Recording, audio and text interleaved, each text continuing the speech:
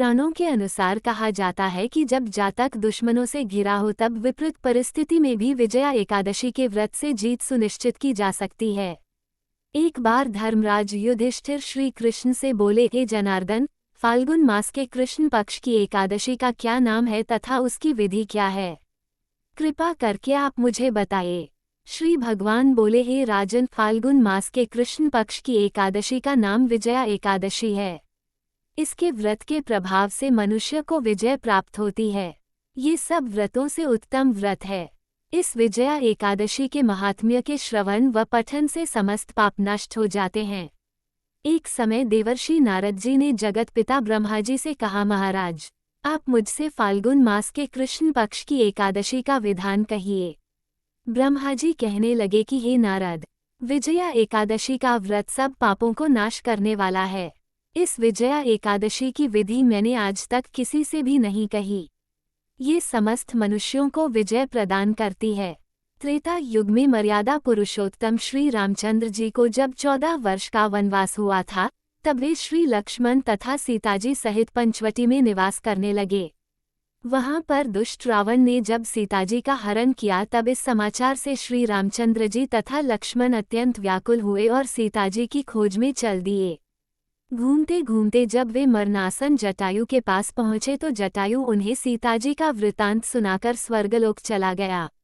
कुछ आगे जाकर उनकी सुग्रीव से मित्रता हुई और बाली का वध किया। हनुमान जी ने लंका में जाकर सीताजी का पता लगाया और उनसे श्री रामचंद्र जी और सुग्रीव की मित्रता का वर्णन किया। वहां से लौटकर हनुमान जी ने भगवान राम के पास आकर सब समाचार कहे। श्री रामचंद्र जी ने वानर सेना सहित सुग्रीव की संपत्ति से लंका को प्रस्थान किया। जब श्री रामचंद्र जी समुद्र से किनारे पहुंचे तब उन्होंने मगरमच्छ आदि से युक्त उस समुद्र को देखकर लक्ष्मण जी से कहा कि इस समुद्र को हम किस प्रकार से पार करेंगे? श्री लक्ष्मण ने कहा, हे प्रभु, आप तो सब कुछ जानते हैं। यहाँ से आधा योजन दूर पर कुमारी द्वीप में वक्दलभ्य नाम के मुनि रहते हैं। आप उनके पास जाकर इसका उपाय पूछिए।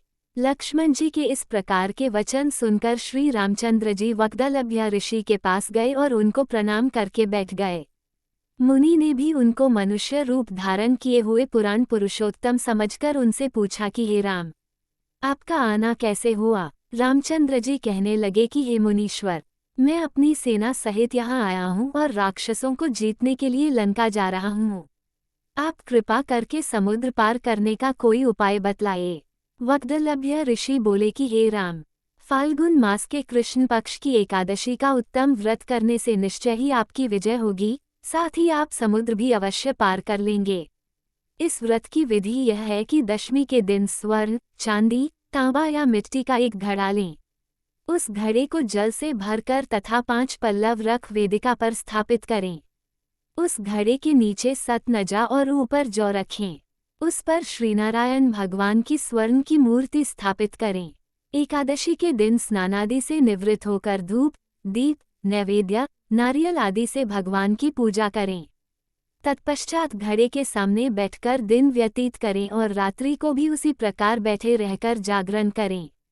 द्वादशी के दिन नित्य नियम से निवृत्त होकर उस घड़े को ब्राह्मण को दे दें। हे राम, यदि तुम भी इस व्रत को सेनापतियों सहित करोगे तो तुम्हारी विजय अवश्य होगी। श्री रामचंद्र जी ने ऋषि के कथनानुसार इस व्रत को किया और इसके प्रभाव से दैत्यों पर विजय पाई। अतः हे राजन, जो कोई मनुष्य विधिपूर्वक इस व्रत को करेगा, दोनों लोकों में उसकी अवश्य विजय होगी। श्री ब्रह्मा जी ने नारद जी से कहा था कि हे पुत्र, जो कोई इस व्रत के महात्म्य को पढ़ता या सुनता है, उसको वाजपेय यज्ञ का फल प्राप्त होता है।